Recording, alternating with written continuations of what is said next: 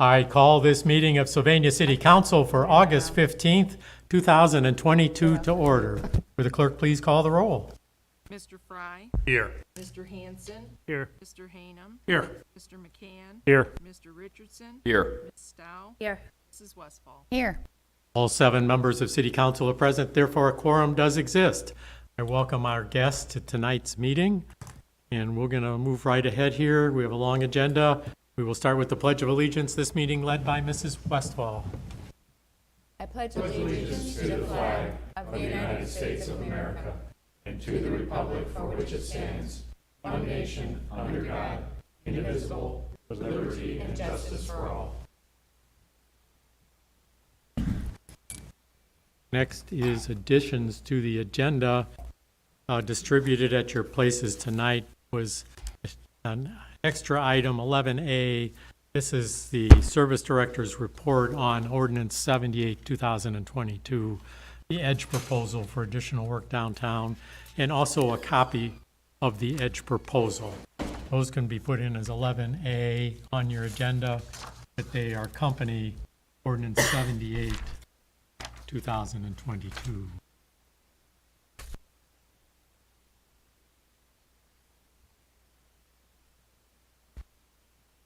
I am also going to add as the last agenda item, whatever it turns out to be, in an announcement by Chief Snore. Mr. Fry. Nothing, Mr. Mayor. Other members of City Council.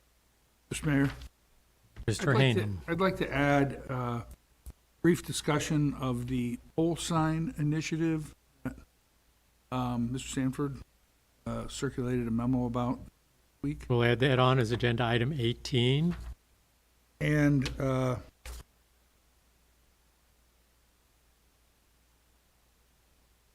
the other one I'd like to talk about briefly is just get an update from the Service Director on the Richard Park stream restoration. Let's put that one up farther in the agenda. We do have a contract we're asking for you to approve, and it kind of goes hand in hand with that. So we'll make it 8C, and this would be Richards Park up.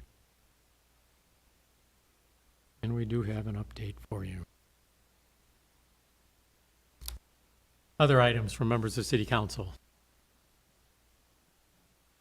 Hearing none. Sanford. Chief Snore. Mr. Schroyer. Mr. Aller. And we will make Chief Snore's announcement agenda item 19 then on the agenda. Is there a motion to approve the agenda as amended? So moved. Second. Moved and seconded. All in favor say aye. Aye. Opposed? Motion carries, and the agenda for this evening's meeting is approved as amended. Agenda item 4 is approval of the meeting minutes from our last meeting on July 18th. Mr. Fry. Thank you, Mr. Mayor. I'd like to move approval of the meeting minutes for the council meeting of July 18th, 2022 as submitted. Second.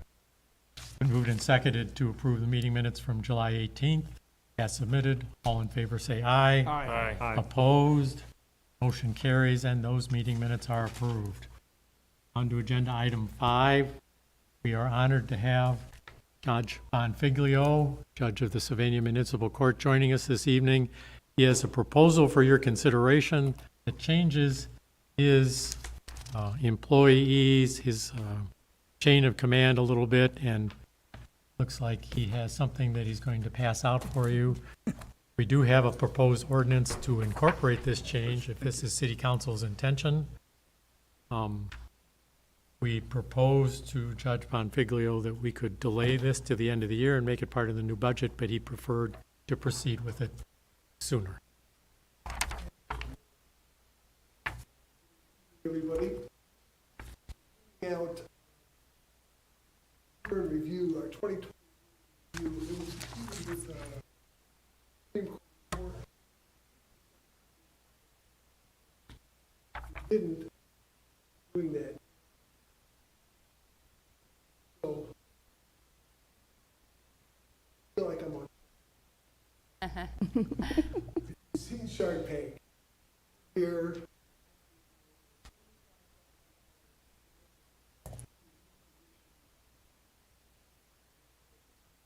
Can I be Mr. Wonderful? I think Mr. Hayden was definitely Mr. Fair enough. Definitely Mr. I'll defer to Mr. Hanem on that. What we're trying to do, we never had a court administrator. We had a clerk of courts. I think her salary at that time was, we promoted from within. Clerks.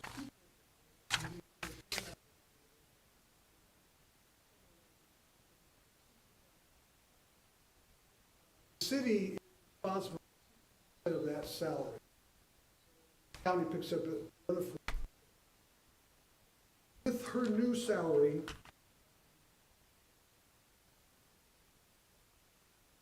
we were able to save the city $1,000. Numbers. $1,000 because her salary's that much.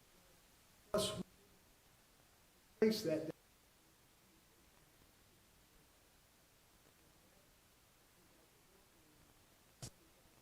Year.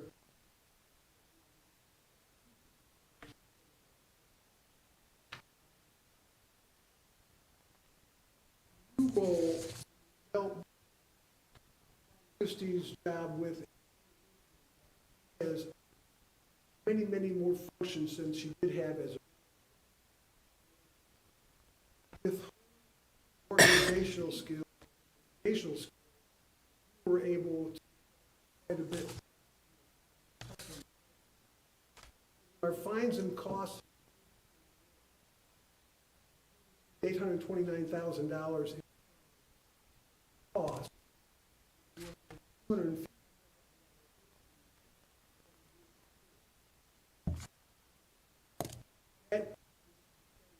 We're innovative ways of getting our real time data on capital collection process. Sending our overdue funds. Figured out better mousetrap in a because our caseload is down dramatically, able to ratchet up. On one hand, I believe Toby said we were up 0.8% revenue. The other big thing she did was reducing payroll. Payroll by 8%.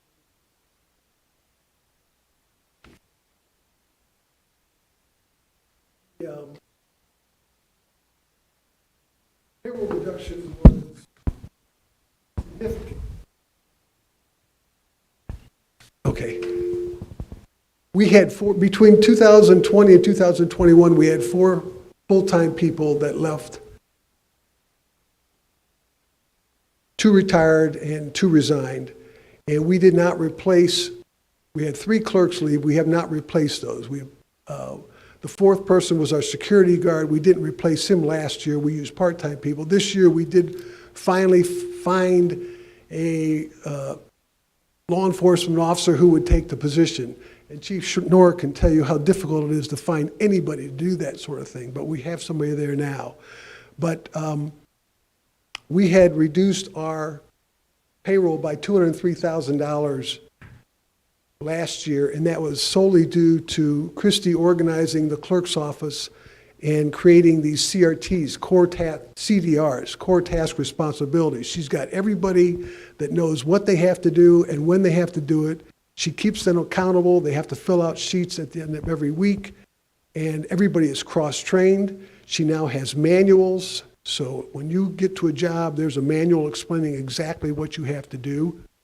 In addition, through her guidance, we had 2 clerks that were retitled, reclassified to the county.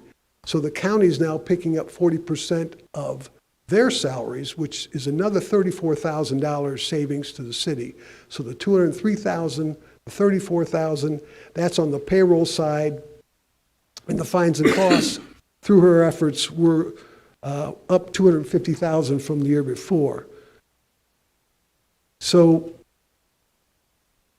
the last component is the overtime. When I started in 2017, the overtime was about $63,000, and we've been able to whittle that down every year. Last year, we were down to $22,000. This year, we're at zero.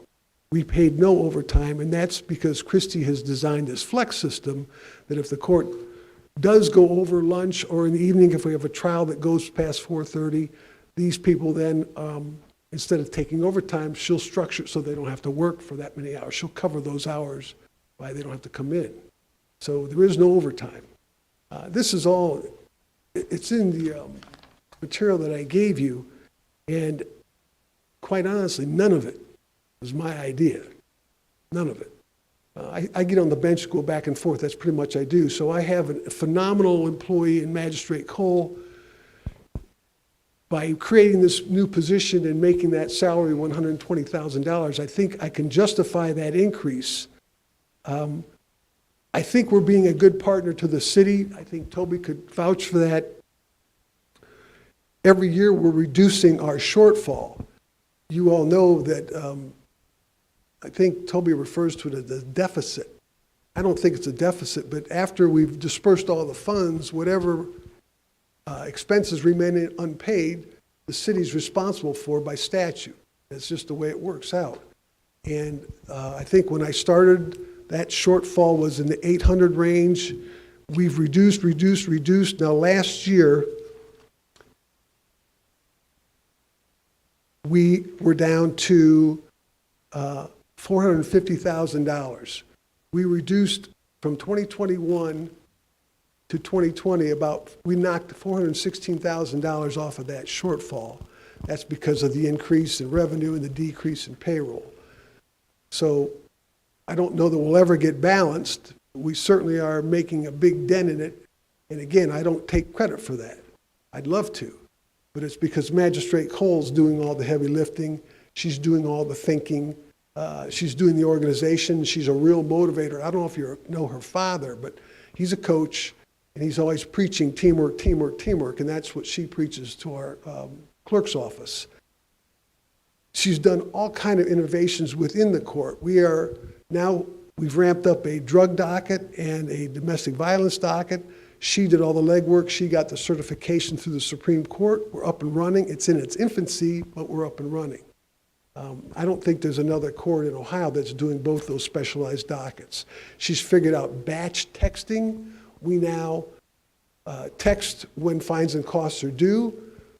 For a long time, we thought fines and costs delinquencies were just due to people being ne'er-do-wells and not caring. Well, it turns out it's just they're just not aware of it. So now they get text these notices, your fines and costs are due, and that's why our fines and costs are way up, because she started that. She's in charge of the scheduling. She's in charge of, she revamped probation. When I started, our probation, each officer had about $1,000 active cases. We're now down to 100 active cases per probation officer. Part of that is due to the shorter sentences we're imposing, but the other part is due to her organizational skills. So now that our officers can give more attention to each client and actually do what probation is supposed to do.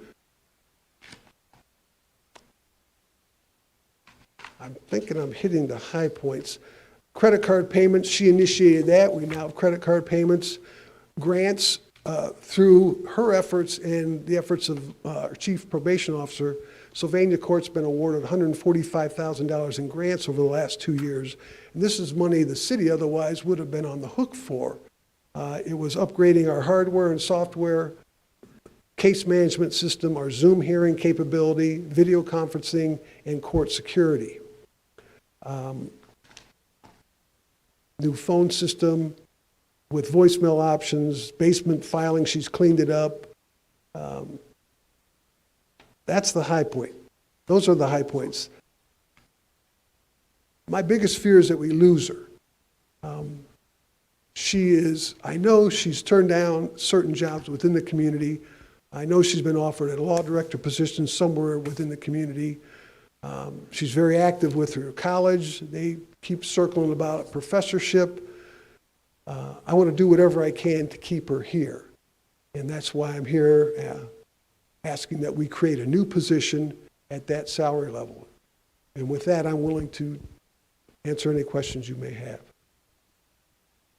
Just to clarify, Judge, you want to create a new position that combines a new position that's called magistrate/court administrator at a salary of $120,000. That's correct. Okay, that's what's in this ordinance. Judge Bonfiglio, a couple questions. When we, a couple years, 2-3 years ago, I don't remember whether it's pre-COVID or post-COVID, but you approached the council on the creation of the magistrate position. And obviously, we went forward with that. And it's great that Magistrate Cole has been successful in that. But when we did that, we eliminated some part-time judges or retired judges that would come in and offer you assistance because she was going to take that role on. Is that correct? That's correct. So if we modify this and call it a magistrate/court administrator, do those individuals, or not the same people necessarily, does she still handle all the magistrate roles that she has now, or do we need extra help coming from outside to handle some of that stuff that's not going to get covered? We don't need any extra help. She's doing it all right now. You know, our caseload volume has dropped off, and that's what's allowed, I think that's what's allowed all this to happen. That's freed her up to do these things, otherwise she probably wouldn't have gotten to. So no, we're not hiring anybody else to do my job or the magistrate's job. And her salary now is what? I think she's around 96. Correct, So this is 24 grand. correct. And the salary that, whatever the salary is for her role, would be paid by Lucas County. 40% of that's paid by the county and the 60% is from the city? Or No. is this all out of the city's pocket? Correct. All from the city. Thank you. As it is present. Correct. Judge, do you want to go ahead? Sorry. The quick one. If this were to pass, when does this take effect? Beg your pardon? If this passed, when would it take effect? The new think- salary, is it immediate? I think it was the 16th of August, 22nd. 22nd of Okay, August. So pretty soon.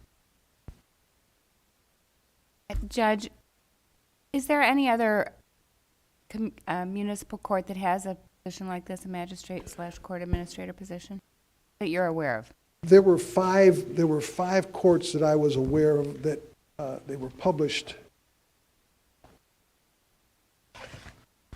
And I have those. It was Trumbull County, Cuyahoga County, Greene County, Hamilton County, and Mansfield. And we got that information from the Ohio Association of Magistrates 2021 report. Judge, a couple of questions. One is, you alluded to new equipment and upgrades. So was that from the Recovery Act? Was that, or were those dollars made available through the state? Those were through the state grants that Lenny Tomansky and Christy Cole wrote for. Okay, and you mentioned something about the bulletproof window replaced and also partitions. So was any of the Recovery Act funds included in any of this, or are you aware of how those funds were? I don't think I'm aware of that, no.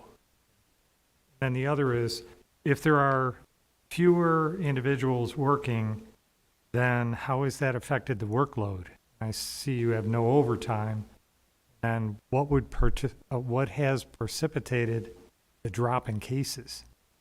COVID and the law enforcement in general, there are fewer citations being issued, fewer cases coming to court nationally. I don't know that it's going to bounce back either. I could probably defer to the chief on that. And I think that's a good thing.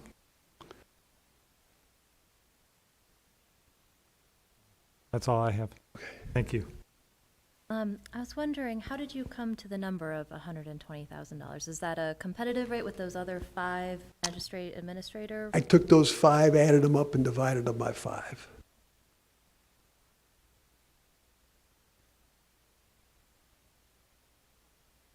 Judge, it sounds like Magistrate Cole is doing a phenomenal job based on all the numbers you provided.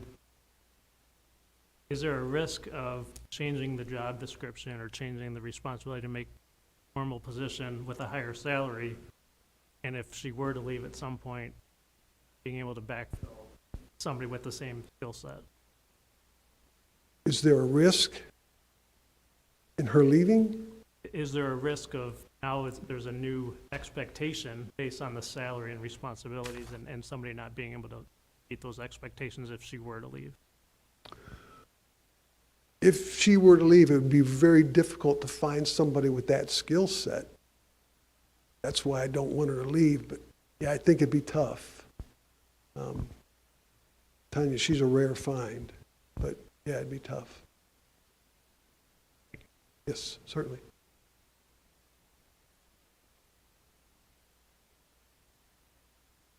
Okay, well, thank you very much. All right. Council has not seen this until this evening. I'm not sure whether you want to take action or not. It really would go to the Community Employee Committee, either to read it or to take it to the committee. I think a very good case has been made. We would like to put it in place as soon as possible. Did not want to let it run to the 2023 budget. Need council to make a decision where they want to go tonight. Mrs. Westfall, you could read it and see where it goes. I feel comfortable moving forward. Well, although if I read it and it doesn't pass, it can't come back. Is that correct? No, that's not If I read it and it didn't pass, we could then send it to committee? sure. I'm comfortable moving forward. I'm comfortable moving forward as well. Is there a sense on council that they want this to go to our Employment and Community Relations Committee? I have a quick question for Toby, though. Okay. Given that this is being done outside of the budget cycle, do we have a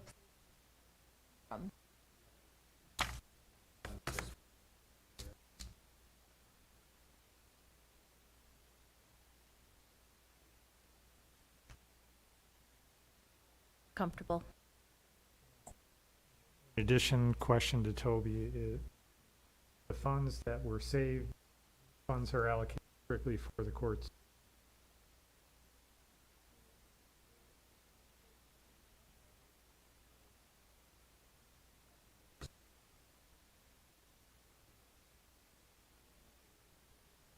General. Okay, thank you. So I'll move forward with reading this resolution, or this ordinance. I'd like to introduce ordinance number 72-2022 and read by title only, revising the administrative, departmental, and divisional organization of the city and the codified ordinances thereof by amending Sylvania Codified Ordinance Section 139.03E3 to change the title of magistrate position from magistrate to magistrate court administrator for the Sylvania Municipal Court and to set the salary at $120,000. I move final passage of ordinance number 72-2022 as an emergency measure. Second. It's been moved and seconded for passage of ordinance number 72, 2022 as an emergency measure. All in favor say aye. Aye. Opposed? Motion carries, and ordinance 72, 2022 is enacted as an emergency measure. Thank you for your Thank you, good Your Honor. presentation. We appreciate it. Have a good evening.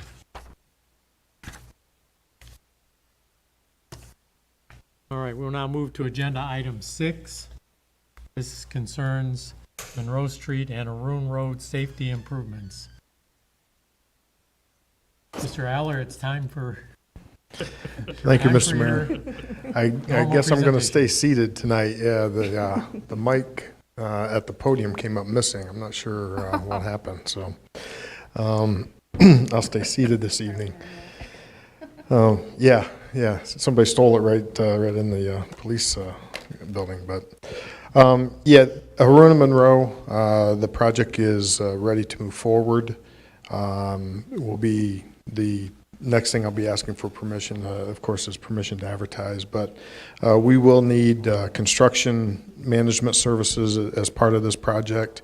Those firms, will notify them through the ODOT website because those firms do have to be ODOT pre-qualified to handle the construction administration and those sort of services. So I asked permission from City Council to move forward with advertising for letters of interest on firms to provide construction management services on the Haruna Monroe project.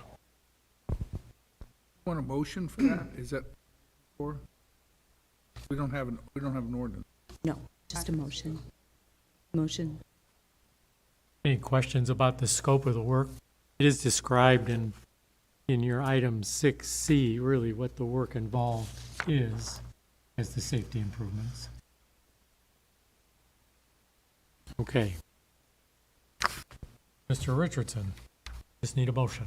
Thank you, Mr. Mayor. I would make a motion to authorize the administration to begin the advertisement for letters of interest solicitation for construction management services for the Monroe Street and Haroon Road safety improvements. Second. Been moved and seconded to authorize this advertisement for bids. All in favor say aye. Aye. Opposed? Motion carries. Excuse me, I misstated that. Letter of interest solicitation, we have a separate item, which is bidding. Back to that. Thank you, Mr. Mayor. Mr. Richardson stated it correctly. The next thing is for permission to advertise for bids. And that project, I just wanted to, as the mayor indicated, we have the bullet points of the highlights of that project. We will be aligning northbound Haroon with the southbound approach coming out of the cemetery. Right now, those are offset, and a point of accidents in folks that don't realize people are going straight combined with a left turn from the other direction. So that'll be resolved. We are eliminating the eastbound. If you're heading eastbound on Monroe Street, there's a left turn lane into Toledo Memorial Park that is being eliminated. And that's being done so that we can extend the distance of the westbound turning lane from westbound Monroe to southbound Haroon.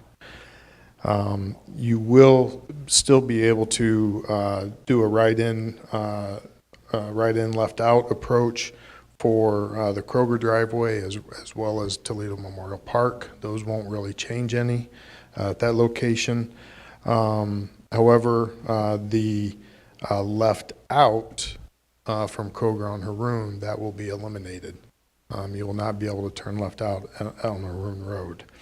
And then, of course, anytime we do a signal, we try to improve the pedestrian signal systems that either need upgrading or aren't existing. So those will be added as part of the project too.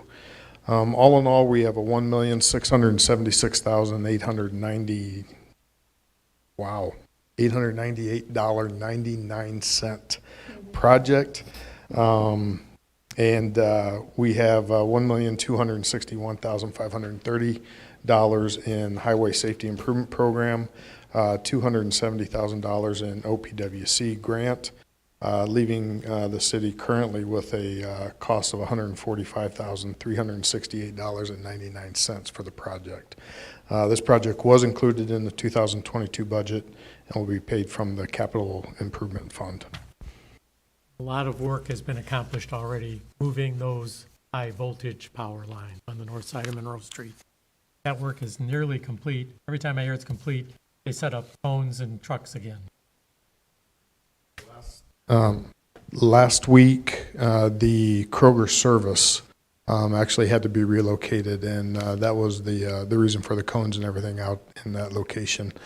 There are still either 2 or 3 utility companies that have to relocate their facilities off of the Toledo Edison poles, and they will be getting started tomorrow with that work. Okay. Mr. Richardson, Thank you, Mr. Mayor. I would make a motion to authorize the administration to advertise for bids for the Monroe and Haroon improvements. Second. moved and seconded to authorize notice and bidding to proceed for this Monroe and Haroon improvement project. All in favor, say aye. Aye. Opposed? Motion carries. Mr. Aller, what's your due date and when will you be back? I believe we'll be back towards the end of the year. It'll be toward the end of November, I believe, when we'll be back for approval on that. All right. Thank you. Moving on to agenda item 7. This has to do with the large diameter sanitary sewer lining project. You remember last year was a very public project going all the way down McCord Road and across Central Avenue. This year it just taps in the middle of Sylvania Avenue coming south along the expressway right away. It caused a little disturbance for a day or two, but it hasn't been any traffic issues since then. Mr. Aller. Thank you, Mr. Mayor. I have to give that mic a little time. Yeah, this project is pretty much all outside of traffic. You might see some people in backyards and things of that nature, but no traffic issues other than, as the mayor indicated, just a couple days worth. So we have a similar situation as we had on the first phase, if you remember back when that took place. Prices for petroleum-based products just continued to climb from January up to the July timeframe when this project started. Resin prices increased almost 16% in that time frame, about 6-7 months, and the tubes that are primarily fiberglass, but they obviously have some resin to hold them together as well, increased about 14.5%. The contractor asked for pricing adjustments. There are provisions in the contract for material cost increases and how those get handled, and there are formulas in there for how those get handled. So it's just a matter of verifying the prices at bid time and then the difference at construction time. So they provided that information, and we're in agreement with what they've proposed here. The total cost of those material increases is $51,614.20. That takes the project from a $1,097,358.30 to $1,148,972.50. This project has gone very smooth. There's been no issues on it. This request is within the contract documents, and we would recommend approval. What are we doing on the pre-bid estimate for the project budget? What are we doing? We're still well within that.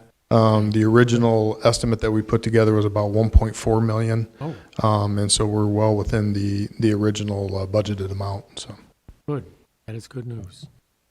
All right, you do have in your council packets ordinance 73, 2022 to approve this change order number 1 in the amount of $51,614.20. Mr. McCann. Thank you, Mr. Mayor. I'd like to introduce by title only ordinance number 73-2022, authorizing the mayor and director of finance to approve the change order number 1 to the city's agreement with Granite Inliner LLC for the large diameter sanitary sewer lining project phase 2 to reflect the cost increase associated with the unit pricing for cured in-place pipelining, increasing the contract amount by $51,614.20, appropriating funds therefore. I move passage of ordinance number 73-2022 as an emergency measure. It's been moved and seconded for passage of ordinance number 73, 2022 as an emergency measure. All in favor say aye. Aye. Opposed? Motion carries and ordinance 73, 2022 is enacted as an emergency measure. Thank you. Moving on to agenda item 8. This has to do with Phase 2 of the Haroon Park River Trail Stream Restoration. Mr. Aller. Thank you, Mr. Mayor. We've received approval from Ohio EPA to move forward with the project. They have an agreement. They have first approval of the design build contract with whoever we decide to move forward with. We had originally received letters of interest from 2 firms, and Joe Shaw and myself graded those 2 submittals and decided to move forward with fee negotiations with Civil Environmental Consultants, who also performed Phase 1 of this Haroon Park project. They are again partnering with HEPACO to do the actual construction of the project. And this project is going to be very similar to the Phase 1 improvements. There will be some additional J-hooks put into the stream than what we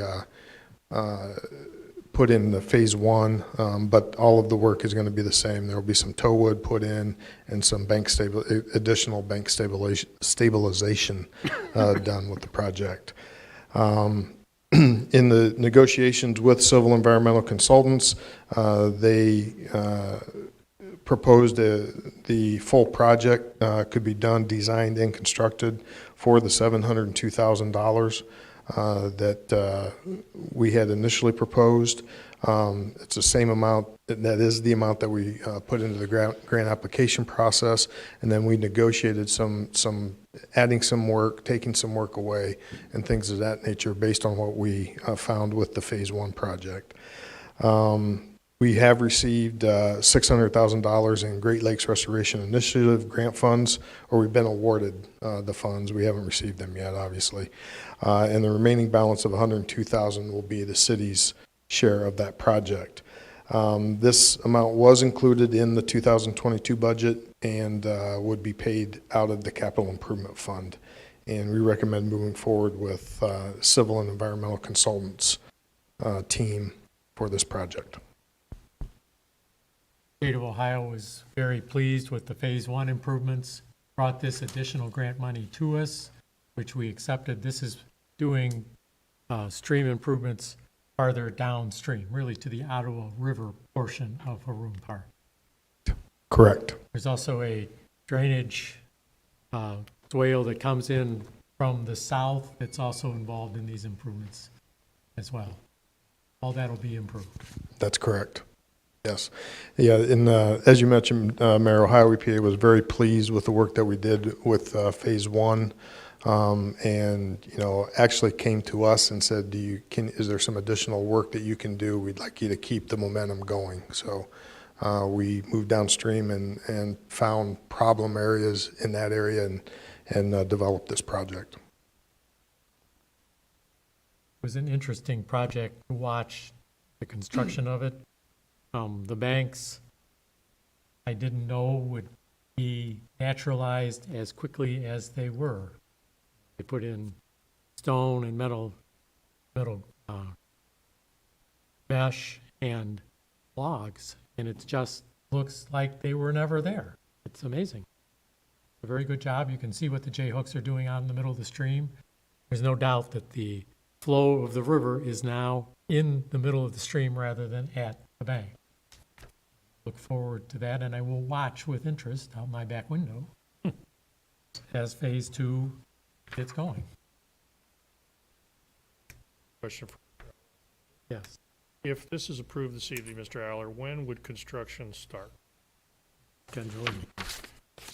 We're working through the project schedule because this ended up coming through a little bit later than what we had originally planned. So the schedule is in. Last No, page. it's in the last page. Yeah, I was going to say, I missed knew that the schedule was in proposal, there. Mr. Aller, my apologies. Yep, and they have adjusted, based on approval today, but if you look, the project kickoff is actually today. That didn't occur, obviously, because we hadn't got through, so we're probably, I would say you could probably extend all of these dates by about 2 to 4 weeks. Weather will obviously have an impact, if we can get in there or not, but that's probably about where we're at. Great, thank you. All right. No further questions. We do have proposed ordinance 74, 2022, to accept the proposal of Civil and Environmental Consultant, Inc. for this work. Mr. McCann. Thank you, Mr. Mayor. I'd like to introduce by title only ordinance number 74-2022, authorizing the mayor and director of finance to accept a proposal of Civil and Environmental Consultants, Inc. for the design build services for the Haroon Park River Trail Stream Restoration Project Phase 2, appropriating funds therefore in the amount of $702,000. I move for passage of ordinance number 74-2022 as an emergency measure. Second. Been moved and seconded for passage of ordinance number 74, 2022 as an emergency measure. All in favor say aye. Aye. Opposed? Motion carries, and ordinance 74, 2022 is enacted as an emergency measure. Thank you. Now we'll go to added agenda item 8C. Working with Ohio EPA, they also proposed the possibility of funds and brought to us over $1.4 million for an erosion control project in Richards Park. We all were in attendance, or most of us were in attendance for a public information for that in these council chambers. A lot of people attended, several spoke against, a few spoke for.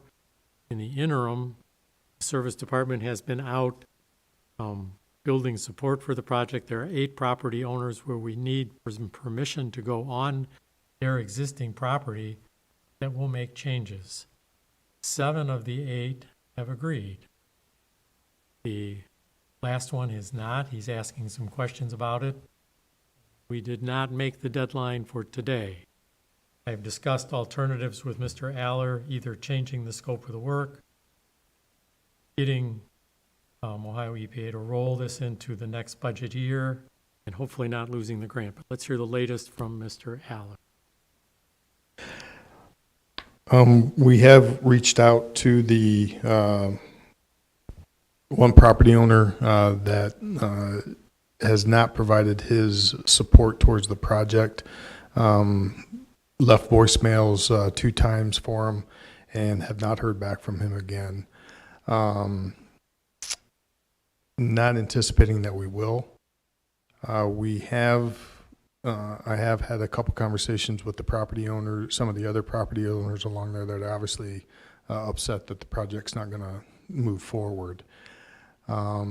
We will be having the conversations that the mayor indicated with Civil and Environmental Consultants. They laid out the initial project on this to see if there is something that can the project be modified so that we don't need to get onto that property owner's property.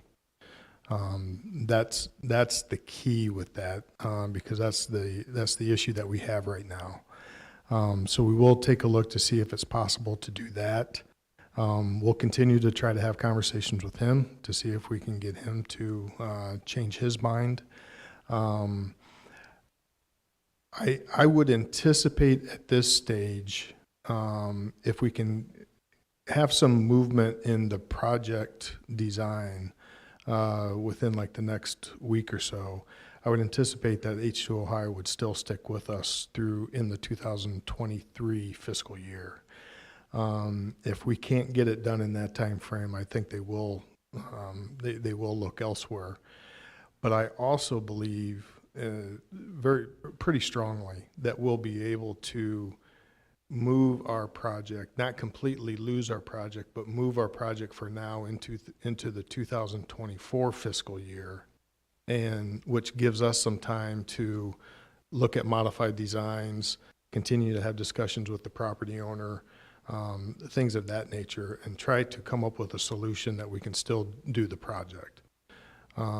So there's no, at this stage, there's no guarantee that there will be funding in the 2024 fiscal year, just because of the way the Senate budgets work. But I find it hard to believe that H2 Ohio will have been created and then not be in operation in 2024. It just doesn't seem logical to me. So Ohio received an additional $1 billion in infrastructure funding. So I'm fairly confident that a good chunk of that money will end up in the H2 Ohio program. So we continue to work.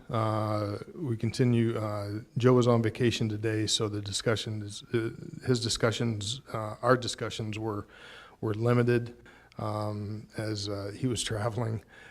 So tomorrow we're going to have the conversation with CEC. We'll get H2 Ohio on the line and tell them what we're looking at.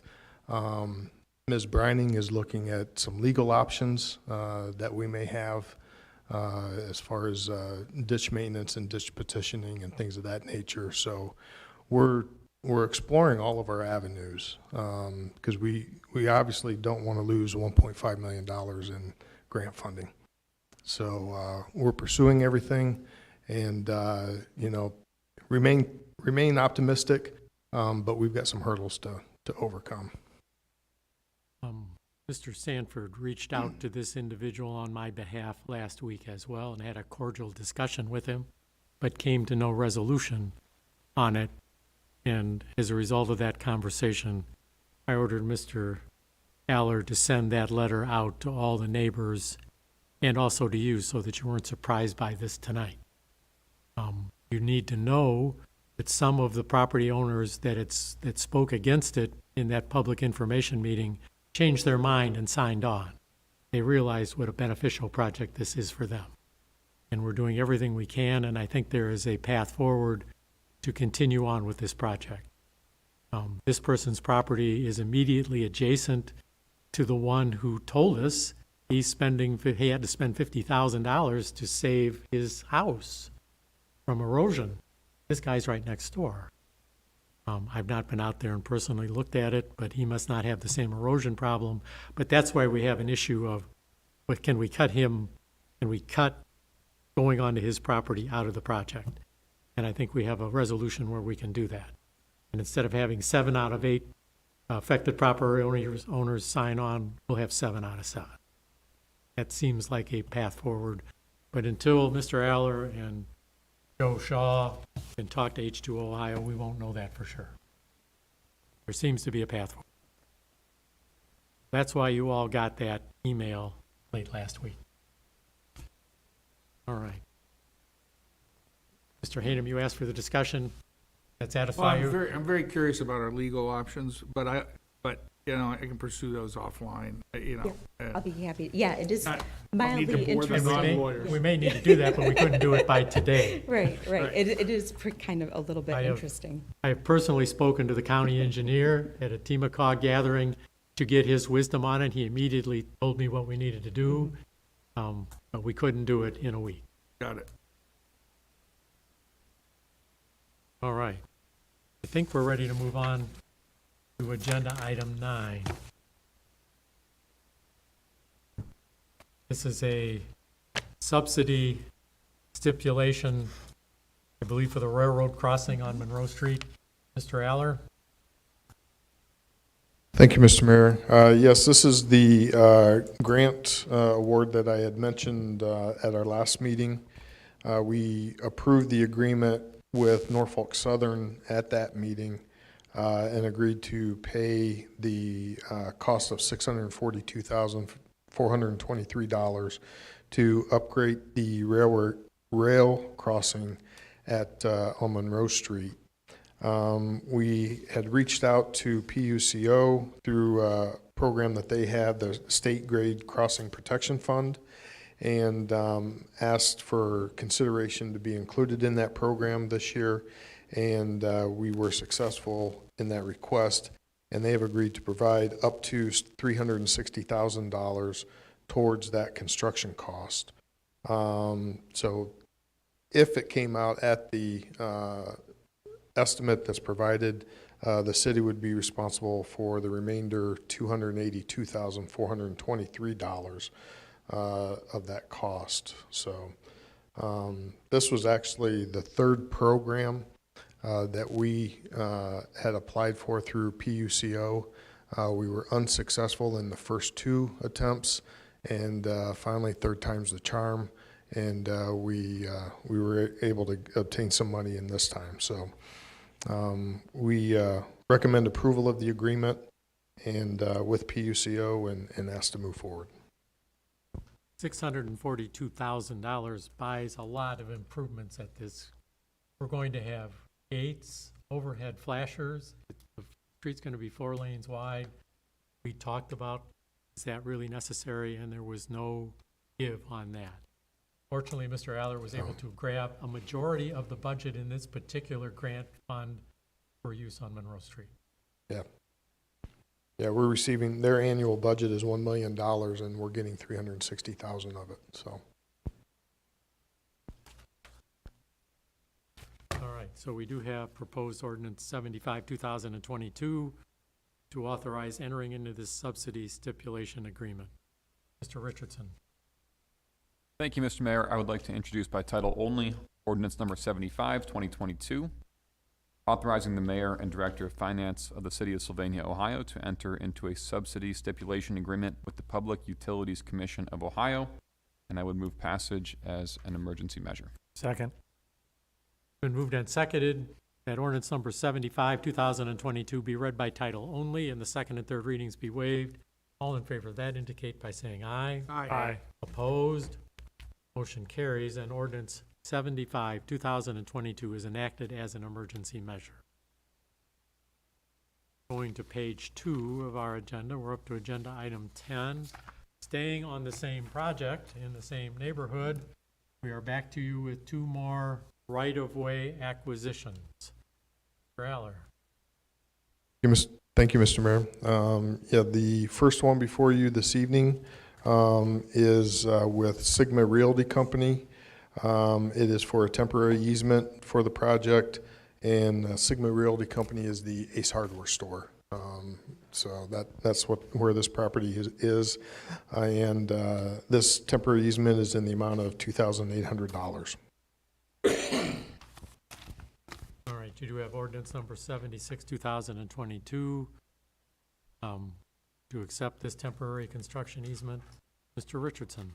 Thank you, Mr. Mayor. I would like to introduce by title only ordinance number 76-2022, accepting a temporary construction easement from Sigma Realty Company for the Monroe and Silica Improvement Project and Silica Drive Bridge Replacement Project, dedicating the temporary easement for public purposes, appropriating funds therefore in the amount of $2,800, and I would move passage as an emergency measure.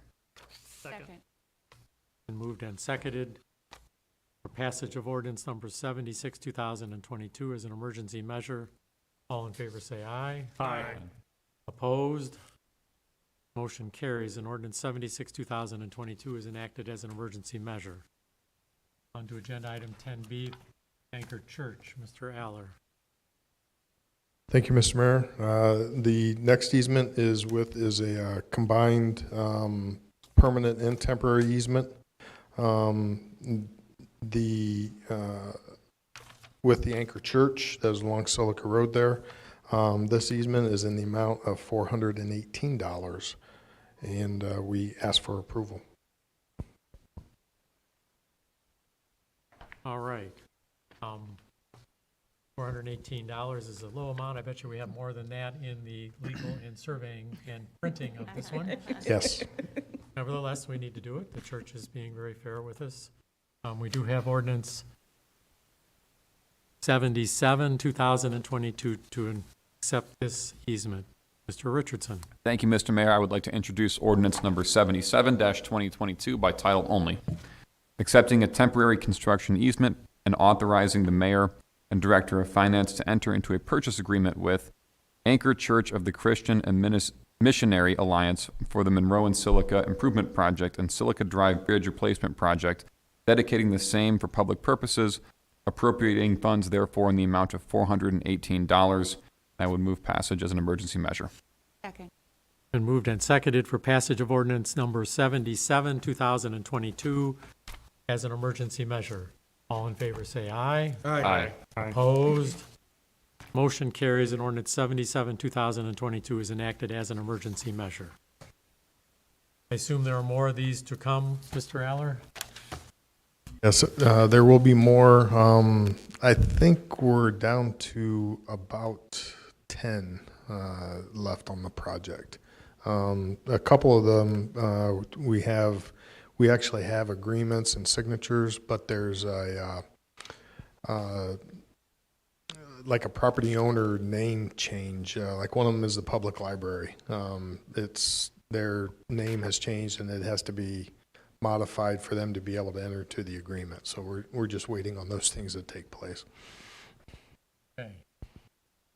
Ready to move on to agenda item 11. This is proposed ordinance 78, 2022, and this is to accept the proposal of the Edge Group.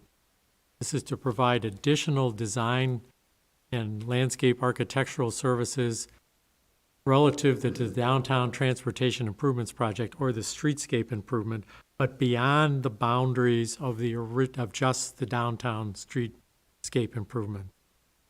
Those improvements should not be done isolated from an overall look at how else to improve the downtown area. Downtown is far more than the 2 blocks of Main Street. And we have worked with the Edge Group for this proposal. We've discussed it quite a bit with him. We did hand out tonight a copy of the Edge Group proposal and a report from Mr. Aller. Why don't you tell us what's in your report, Mr. Aller? I think you pretty well covered it, Mr. Mayor. Yes. Well, I didn't cover the amount, $28,500.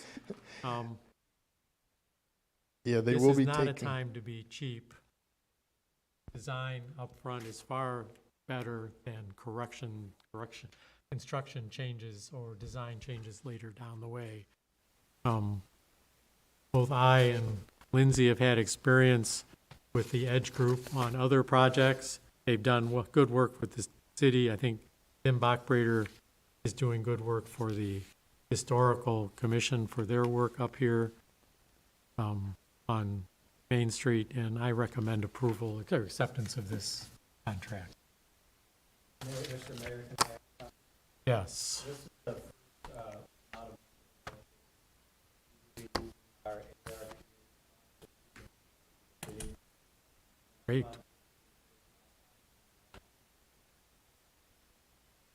We will be using the $2 million to do that. At the end of the project, we will be getting into other funds more than likely. But it's good to be dispersing those funds. I Mrs. have a Westphal. couple quick questions. We're just getting this information. I didn't call you in advance about this, but I see you've got your first stakeholder meeting on August 24th in council chambers. Also, under 1A, it talks about an initial meeting with city officials to discuss program of uses, budget, et cetera. Can you tell me about those? Who's running that 24th meeting? I have selfish motives. I've got a conflict that night. Okay. What is that all about?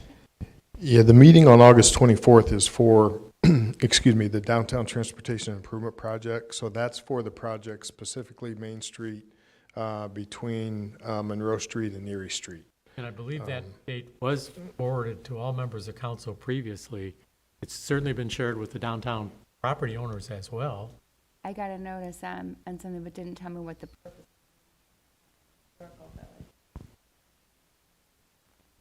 Okay.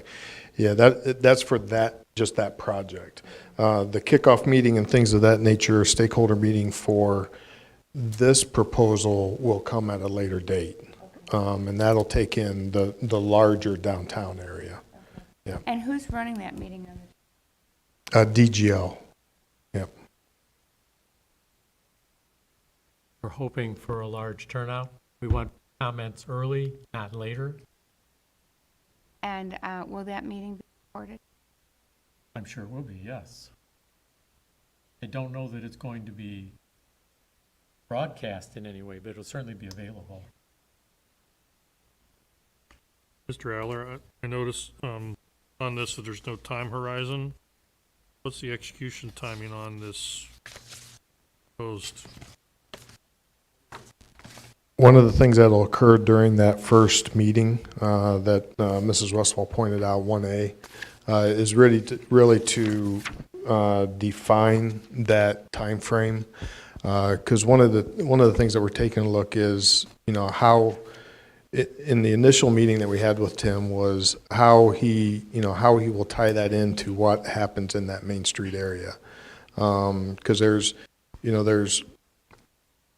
views of how, if you were doing just strictly a beautification project, and then if you're doing just strictly a transportation project. Main Street is really, that section of Main Street is really going to define what we do to the other section, the other areas of town, and how we're going to tie that together. We've already done, established business gateway districts that requires knee walls in front of parking areas and things of that nature further to the east on Monroe Street. So how do we tie that? How do we tie those knee walls and that kind of information into this vision plan? So he's taken a look at all of those past studies and some of our existing ordinances and things of that nature, and we'll nail down that time frame to try to. We've got to coordinate it with that Main Street project. Sure. And so that's undetermined at this point. Got it. Thank you. Okay, just to clarify, there was an email sent out to all council members on August the 2nd, concerning this date. I've got a question. I know that Mr. Richardson's got a conflict that evening as well, so I wanted to make sure that public notice had been done. I know Mrs. Capolini, who's in the audience, has been working diligently to let people know about this meeting as well. What time is that meeting? I think I have a conflict. 7 o'clock, I believe. 7? Again, it's a kickoff meeting. It's a public input. Okay, here's what we're going to do. How do you want us to do it? Okay. This contract is beyond the scope of that particular improvement, though. Mr. Schroyer is going to roll it into the ARPA funds. That's great. Spend those monies first. But I do recommend approval of this contract, which was in your council packet tonight. It's agenda item 11, proposed ordinance 78, 2022. I'd like to have Ms. Stowe introduce this building and ground.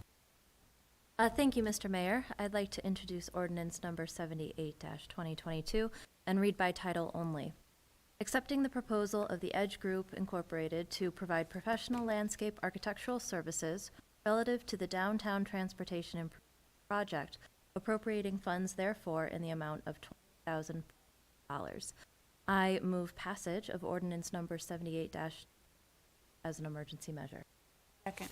Been moved and seconded for passage of ordinance number 78, 2022 as an emergency measure. All in favor say aye. Aye. Opposed? Motion carries, and ordinance 78, 2022 is enacted as an emergency measure.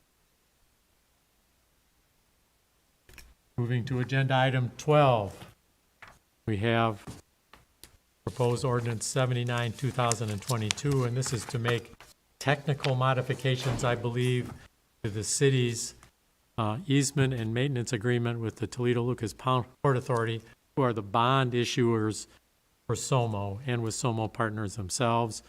Mr. Fry has requested that he be allowed to push back by the table as he has a contract with the Toledo-Lucas County Port Authority. So I need a motion to allow Mr. Fry to push back.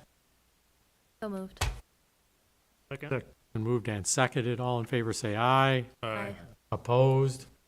Motion carries, and let the record show that Mr. Fry is not participating in this discussion or vote. I need further explanation of what we're doing technically here. Mrs. Brining. Thank you, Mr. Mayor. This act was the modification to the trail easement agreement was made at the request of the Ohio DNR. At the time of the sale of the property, we entered into a easement and maintenance agreement with SOMO so that we could access their property to maintain the river trail. As Kevin was working through the State Capital Improvement Fund money to request reimbursement for that, they requested that the language in the easement be changed from easement for ingress and egress to for the purposes of constructing, maintaining, and utilizing a trail for public use and right of ingress and egress. So it's literally just that little change that we needed to amend the easement for. So, and I've reached out, the Port Authority, SOMO MF, and also their attorney, nobody has any issue with it. So they're more than willing to make the change so that we can move forward and get the money. All right, any questions for the law director on that one? Small change, but required. All right, we have proposed ordinance 79, 2022. Mr. Hanson. Thank you, Mr. Mayor. I'd like to introduce by title only, ordinance number 79-2022, authorizing the mayor and director of finance to enter into a First Amendment to trail easement maintenance agreement with the Toledo-Lucas County Port Authority, SOMO MF Partners LLC. I move for passage of ordinance number 79-2022 and as emergency measure. Second. Been moved and seconded for passage of ordinance number 79, 2022 as an emergency measure. All in favor say aye. Aye. Opposed? Motion carries and ordinance 79, 2022 is enacted as an emergency measure. And let the clerk note that Mr. Fry is rejoining us at the table for discussion and voting purposes. Moving on to agenda item 13. You've seen this one previous years, but you have in your council packets a proposed street banner over Main Street welcoming Lord's Gray Wolves back for the school year. I know they were making preparations on campus this week. Some kids are moving back in, but they want to put this up August 19th through September the 9th. Mr. Hanum. We have ordinance 80.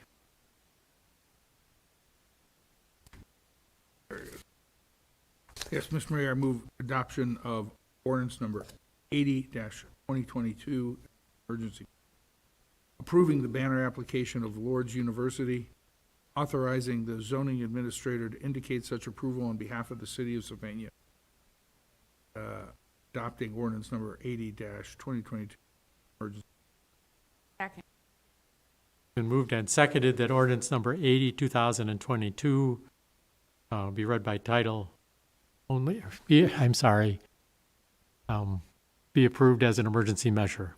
All in favor indicate by saying aye. Aye. Opposed?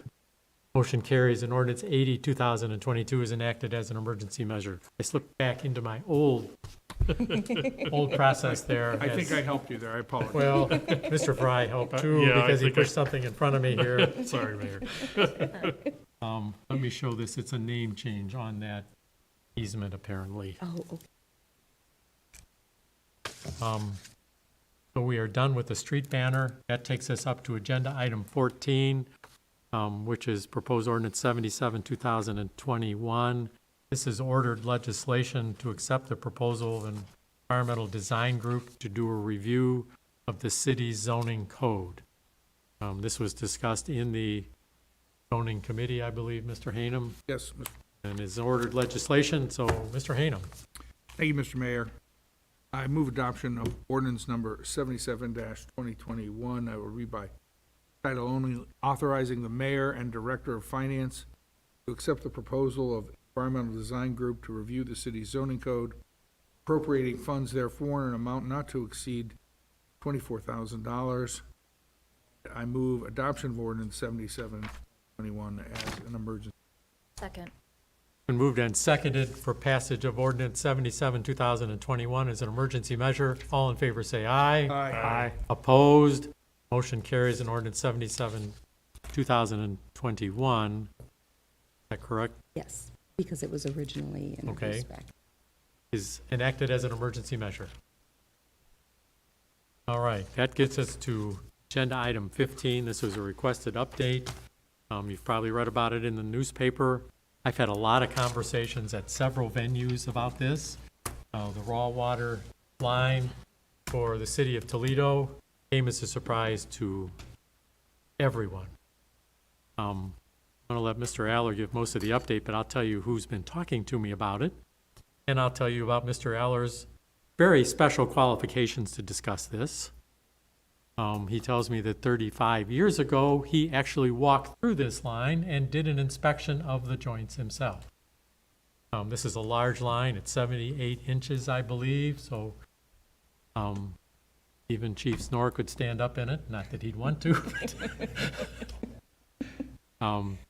And this came as a surprise, I'm sure, to the city of Toledo.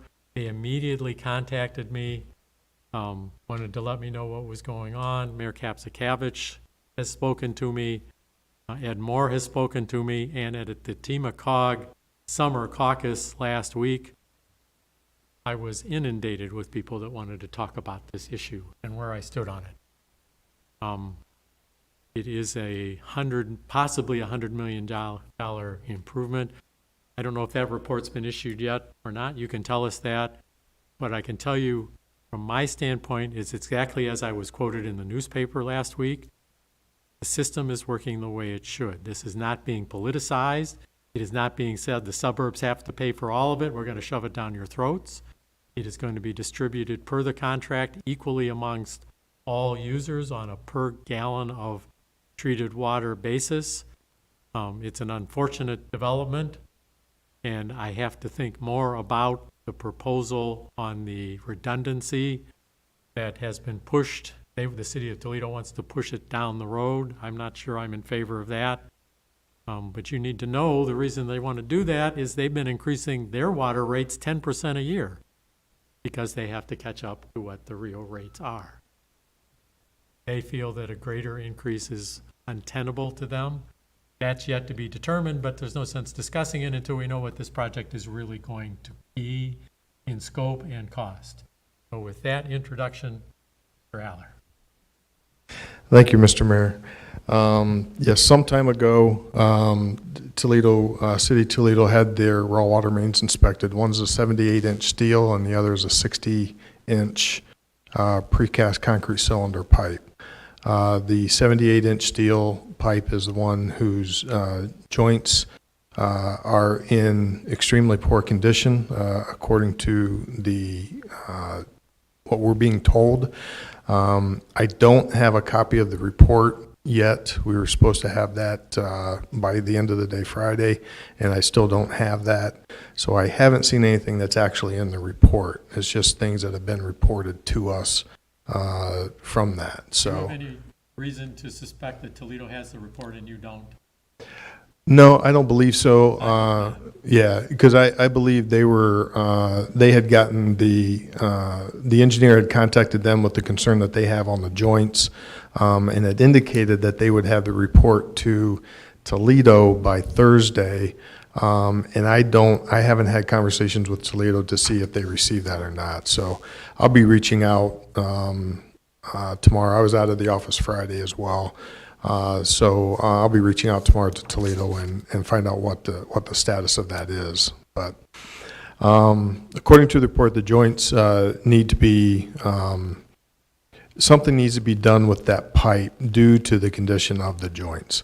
They gave us a matrix of about 6 different options on what could be done. Things like, putting a liner in the pipe, reconstructing the pipe, 6 different options. One was do nothing, which obviously really isn't an option.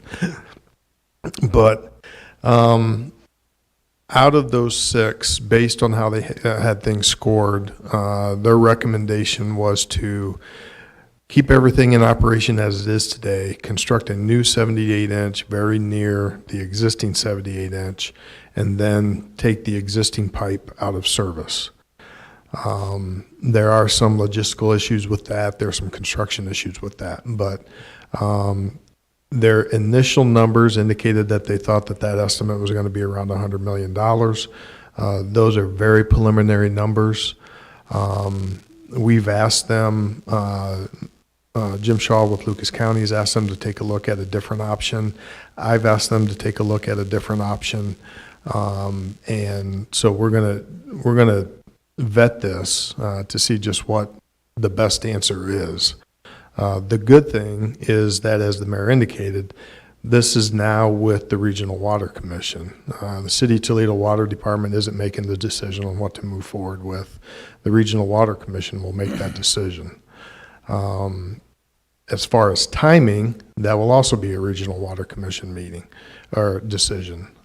Toledo has requested from Ohio EPA to extend the time frame that EPA had put on them for an alternative water supply, because the city will struggle, their customers will struggle with the initial having this tacked on as additional rates on top of the rate increases that they were already seeing. And so they are asking to extend that timeline rather than require both things and require, 20% increases for probably several years. That answer, they have met with Ohio EPA. They do not have that answer. Ohio EPA was sympathetic. They understood the problems and understood the issue. But they have, all of this could be moot because Ohio EPA could come back and say, you're doing everything. I don't anticipate that, but that could be the answer. Ohio EPA has to agree to all of these things before the Regional Water Commission can decide anything. So we'll be taking a look at the report. Our meeting is Thursday. And, we'll be taking a look at the report, reading through it ourselves, and, seeing if we agree with the options or if there are some other things that we'd like them to take a look at. It's, that section of pipe, there's 40-foot sections, so there's about 1,200 joints that are the problem. They've indicated that the pipe is in good condition. It's not a pipe condition issue, it's a joint issue. But that's why I want to see the report, because I want to see what the report actually says about the pipe condition as well. So a lot of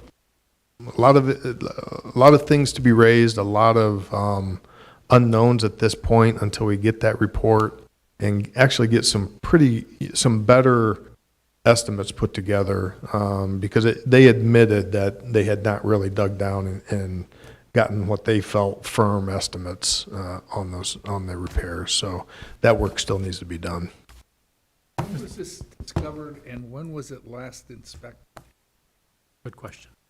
They inspect that on average about every 10 years. The people that were in the meeting that I was in with Toledo did not know for sure when the last time the inspection had been done. But in general, they do it about every 10 years. I don't know what the last report, that's another thing that we've requested. I've requested the report from the previous inspection. To see what that says, should something have been moving, before this point, so. Have we done any estimate using $100 million as a benchmark for how this would affect Sylvania and Sylvania rates? We haven't put anything together. If you use the $100 million, we are approximately 3% of the flow, so our share of that $100 million would be $3 million. That is almost a doubling. That's about what our water budget is now, that we pay to Toledo. We're at about $2.5 million, I believe, is what we pay to the city of Toledo. So that, to look at it as just a straight dollar figure, that would, more than double what we typically pay to them. What that does Just over for 1 year. a 20-year That bond. sounds too much. That's 1 year. Over a 30-year period. Yeah, so it's a big difference. But Oh, yeah, yes. this 100 million's already built into the rate structure now, but for redundancy, not for pipe repair. And Toledo wants to use the redundancy for pipe repair. So we Yeah. have no impact on our rate, the way they're proposing. Well, yeah, if everything is done the way they're proposing, yes, it wouldn't have an impact. It would 10 years from now when they started moving forward with the alternative water supply. But today it wouldn't, because we're going to replace the 100 million that was being spent on the alternative water supply with the 100 million being spent on the raw water main. Now, if EPA comes back and says, no, you got to do them both, then that would obviously start to have an impact on our rates. And I have not looked at that. I don't anticipate that. Toledo has been very responsive to Ohio EPA and their demands up to this point, and I don't anticipate the EPA coming down on them like that. But our hope was the alternative water source would be key to future. It is a key safety issue. Yes. And prior to this pipe problem being discovered, I was already being lobbied by the Toledo Chamber of Commerce and a few others saying the surface pond that's being proposed along the route was inadequate to begin with because we'd still have one plant. There is political stuff. Now, the pipe repair will be done engineering. Engineers will make that decision. Whether to build a separate intake and plant, whether to put in a surface pond that would have a 15-day emergency water supply in it, or some other proposal becomes more political. And we're going to have that discussion. That reminds me, this was discussed at length with me at last Friday's, I think it was, Toledo Chamber of Commerce legislative breakfast, which Mr. Hanson attended. I appreciate that very much. You might have heard some of the conversation I was having with Mayor Mackin. I did a little bit. Really bending my ear over this. I don't know all the answers on this yet, but I am not satisfied, and either are some of the commission members, with the proposal for the surface pond, but Ohio EPA had authorized that. So we've got to see where that goes. I've reissued, my thought is, what happened to interconnecting with other water systems in the area? I am told that we are 15 feet away from tying into the Bowling Green system, where Toledo ripped out the meter setting that used to go to Waterville. That could be put back in place, so we'd be tied to Bowling Green. We can't run the system off of these interconnections, but we can help the system. We can run a pipe up to Monroe and tie into the Detroit system. We can't replace it by going all the way to Detroit with a 78-inch pipe. That's more than $100 million. That's a lot more than $100 million. There's interconnections that have been made with Oregon at that new coking plant east of town, where an emergency water can pass through that as well. So all is not lost, but we need to, Toledo, through the Water Commission, needs to be reminded that this is not a standalone world. There has to be alternatives. There have to be backup plans. And that discussion was already underway before this water pipe emergency was brought to our attention. So it'll be an interesting few months going forward here to see where all these discussions will go. I'm going to make Mr. Aller's life a lot more complicated again.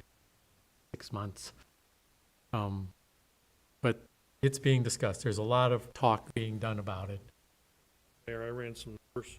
Yes. $3 million bucks over 30 years at 3.5%, about 165 grand a year. So on $2.5 million, Kevin, it's about 6.5. Not bad. But on top of it, 10% in the city of Toledo, Granted, it becomes much different animal. It becomes much different. My conversations with City Toledo Councilman George Sorrento, they're already facing the cost of remote meter reading. He wanted to talk to me about Sylvania's experience with remote meter reading because they've entered into a contract to do it. That's another capital expense that they're underway with. They are getting help with their lead service lines through the ARPA funds. They're dedicating some of that. That would have been stuff paid through the Regional Water Commission, only Toledo rejected that proposal, so they get to handle it all by themselves, but they've been bailed out by the federal government, which is great. Have a problem with that. Does everybody understand this is not the line going out to the water crib in the lake?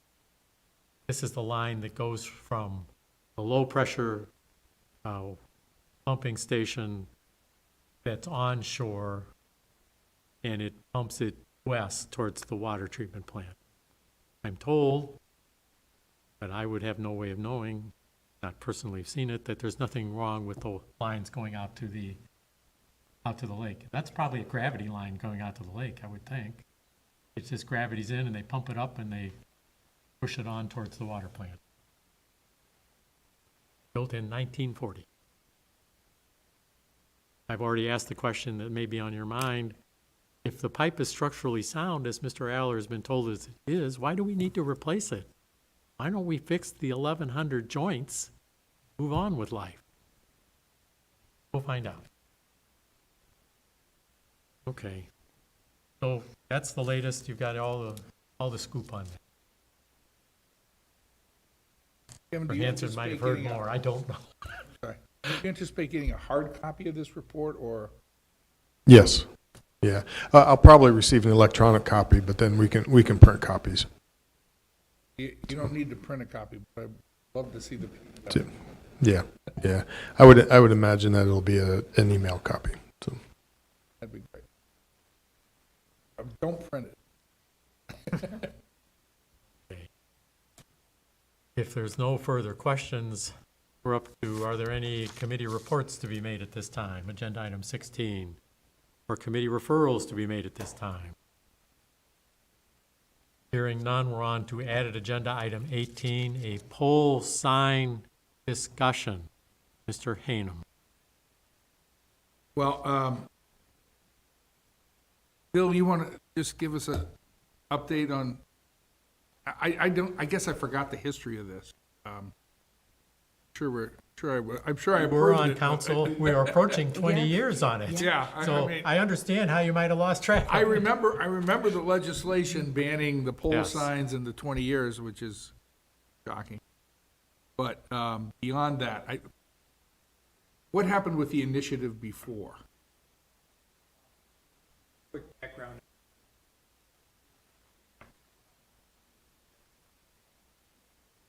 Business.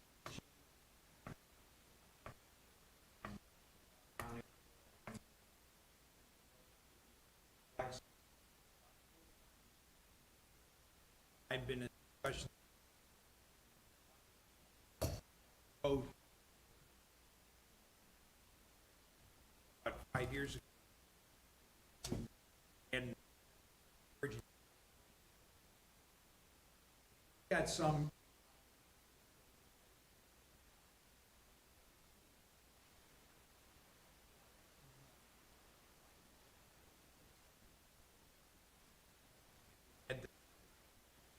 probably a good idea to, a lot of council aware of this. I offer another reason why I came now and talking a lot of different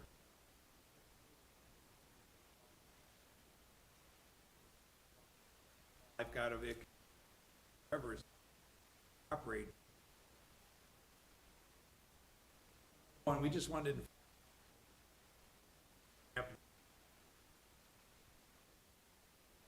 like to offer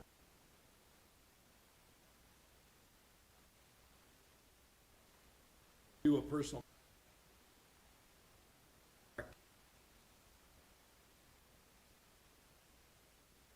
facts of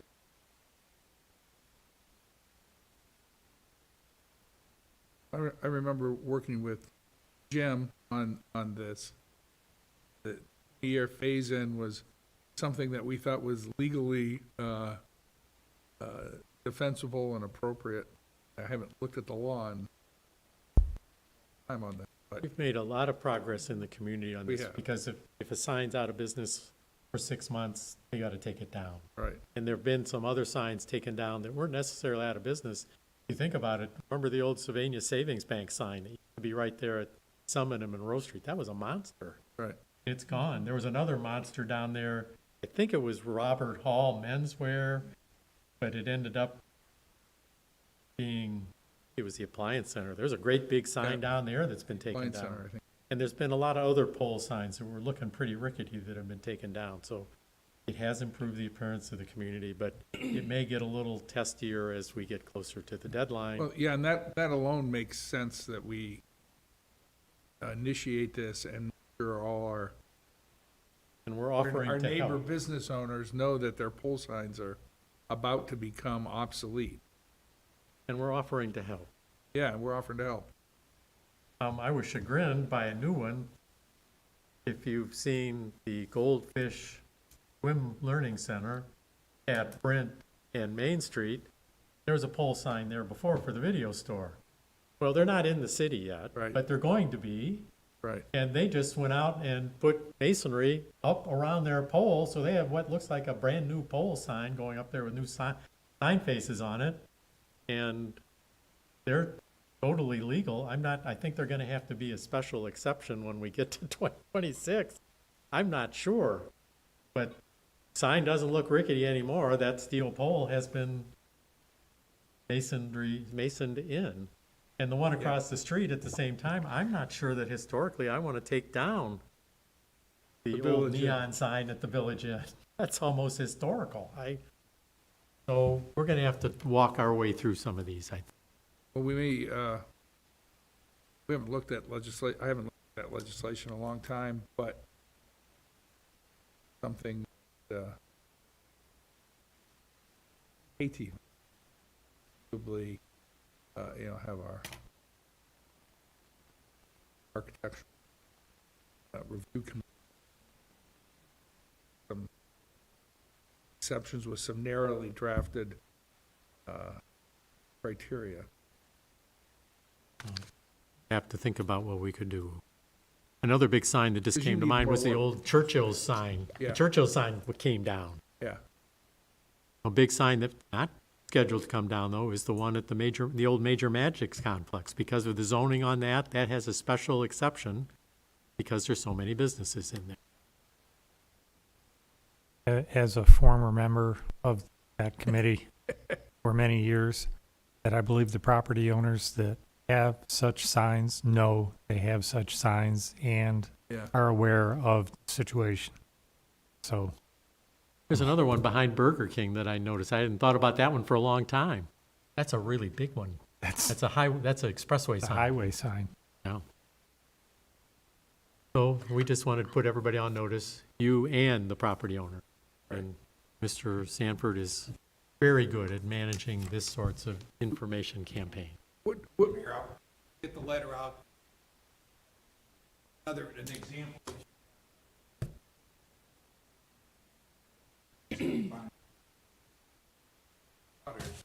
Yep.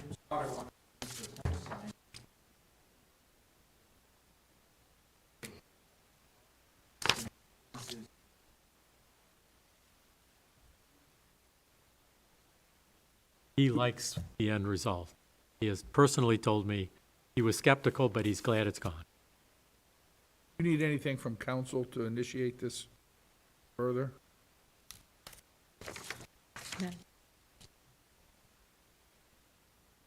Do it again, but I will share you. That'd be great. Okay. Yeah.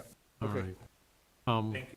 Since we're on updates, with council's permission, we would like to have Mr. Aller give a quick schedule update of the Maplewood repair schedule.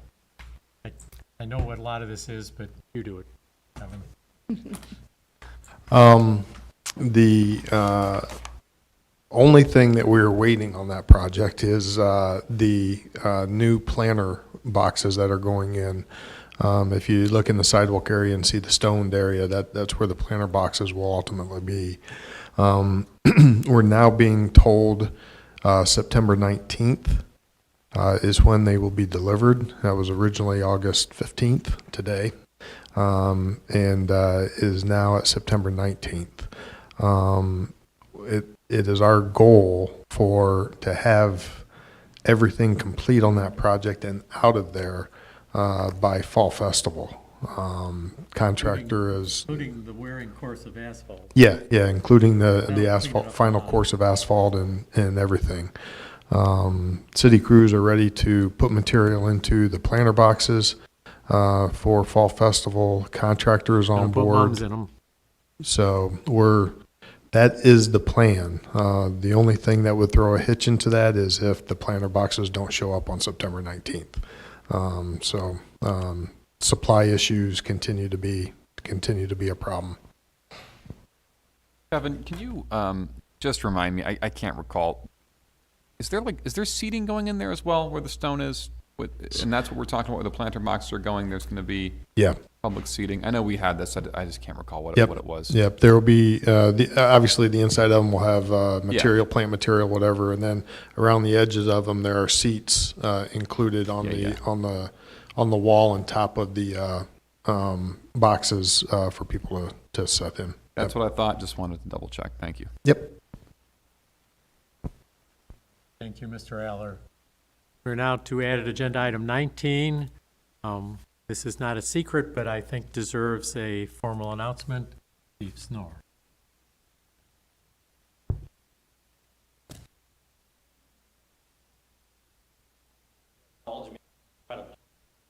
Did solve the case of microphone. See, that's why you can't, we can't know. take this step. You're too I know. good. Well, I'm gonna plug this in. I think it's gonna make a loud noise, but I'd rather not. Great. Touchdown. So, again, thank you. So if you haven't heard, I am retiring on September 6th. It isn't a sudden I don't mean this to be a sudden announcement. The first time I've retired, but I've actually been working on this for about a year with the mayor and Mr. Aller. If you don't know, outside of my job as a police officer, I also work with my wife. She's a dentist in Michigan. We have a practice there. I've been the CFO and the HR person for probably about 10 years.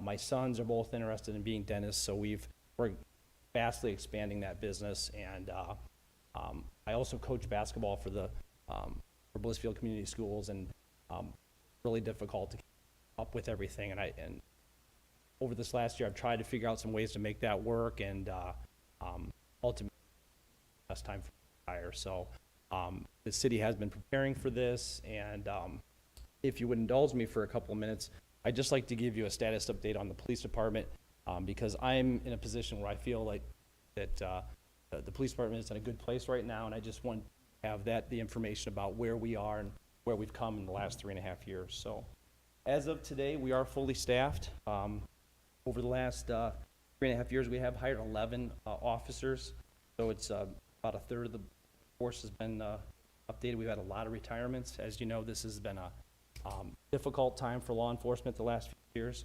and had a lot of people that retired a little bit earlier than we had anticipated, but we've come through that much to the credit of our staff. We've completely revamped our hiring process.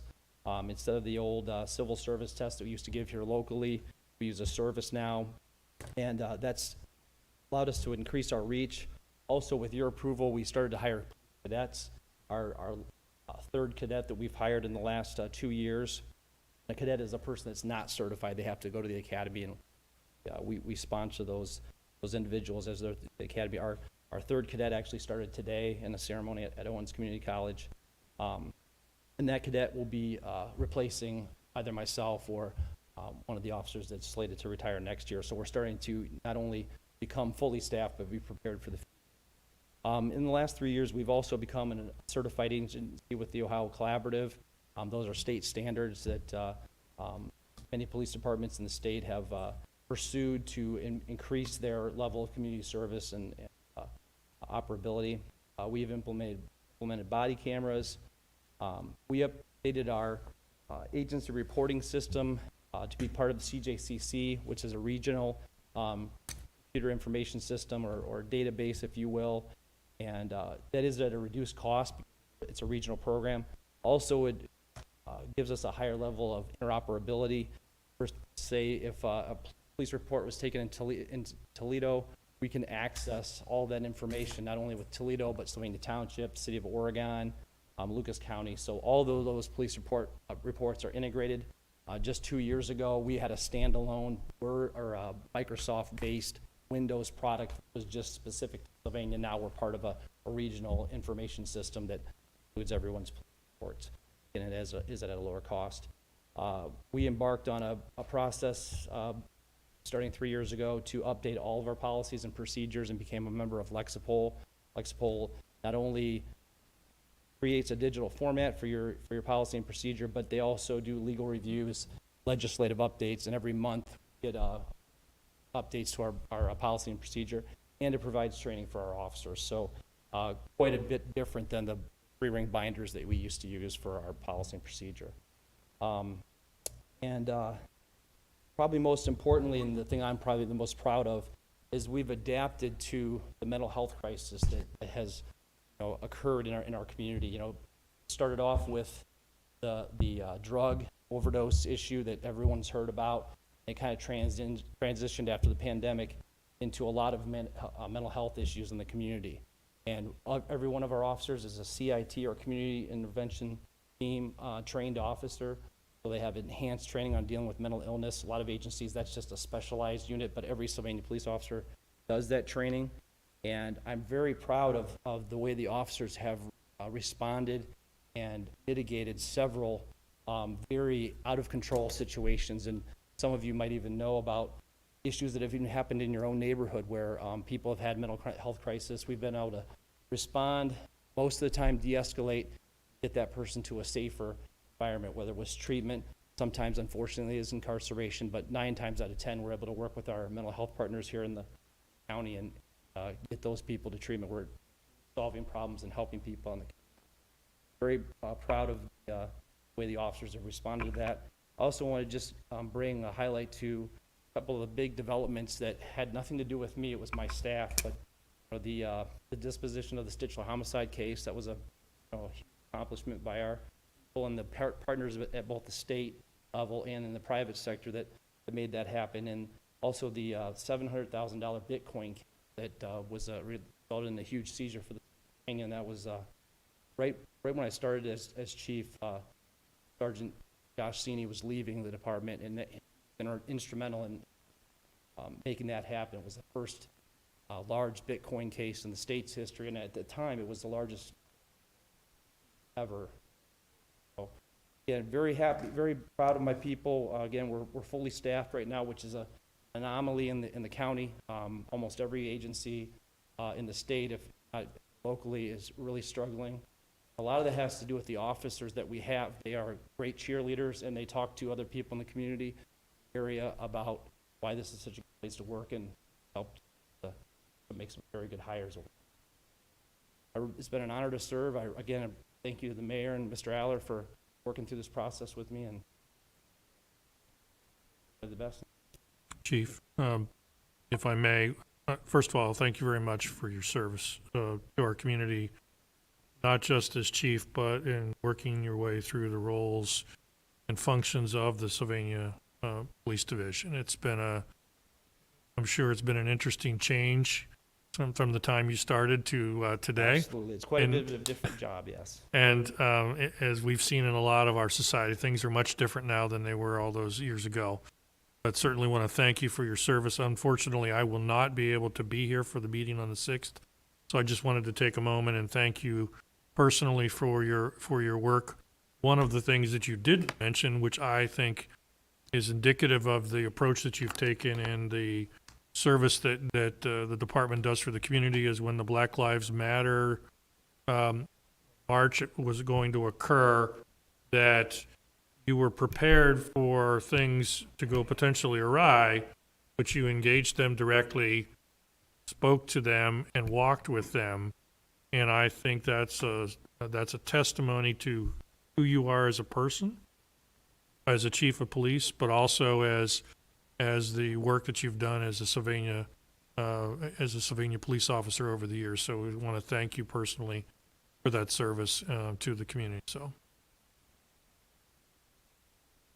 just as a side, the whole 28 plus years I've been here, I've always had a culture and core values that stuck with services. Trust that us as a department. That's so important. A lot of people move to Sylvania and the fact they feel very safe. If you don't have safety, feeling of security, a lot of the other stuff doesn't really matter. So that support and that working together, between our elected officials, law enforcement, the idea that they have that level of support,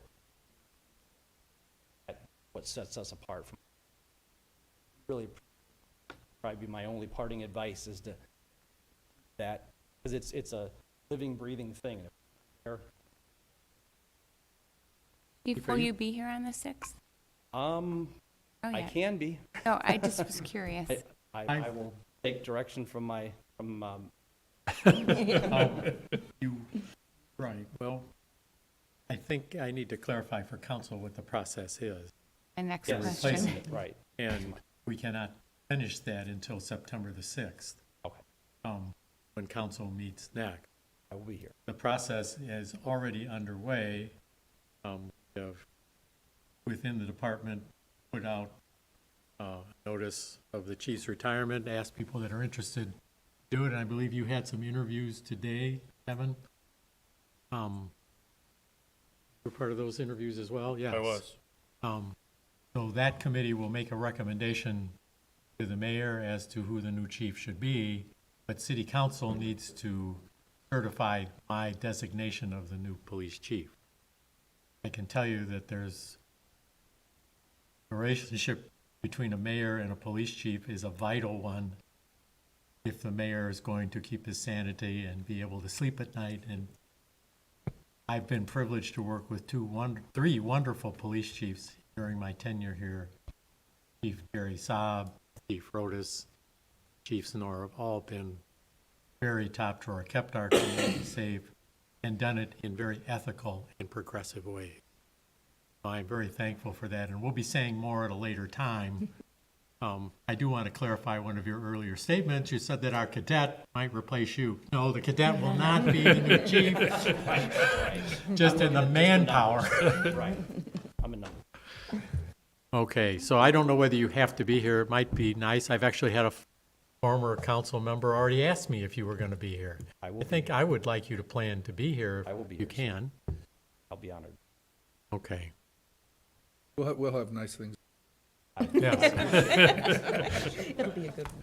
But what Mr. Fry already brought up, the last couple of years with Black Lives Matter could have been much worse in this community. We had 2 marches in our community, and Chief just handled it wonderfully, but was prepared for things to go in a bad way.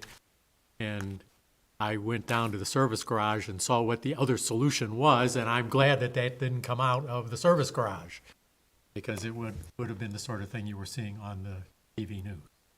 And that did not happen because of his ability to talk to the people, to work with them, and to disarm them. So, way to go. Thank you. Thank you for your announcement, Chief. I'm very sorry to see you go. Hard decision. Yep, I know. We've talked a lot. Okay. With that, we've come to the end of our agenda. There's no further business. Is there a motion to adjourn? So moved. Second. Been moved and seconded to adjourn. All in favor, say aye. Aye. Opposed?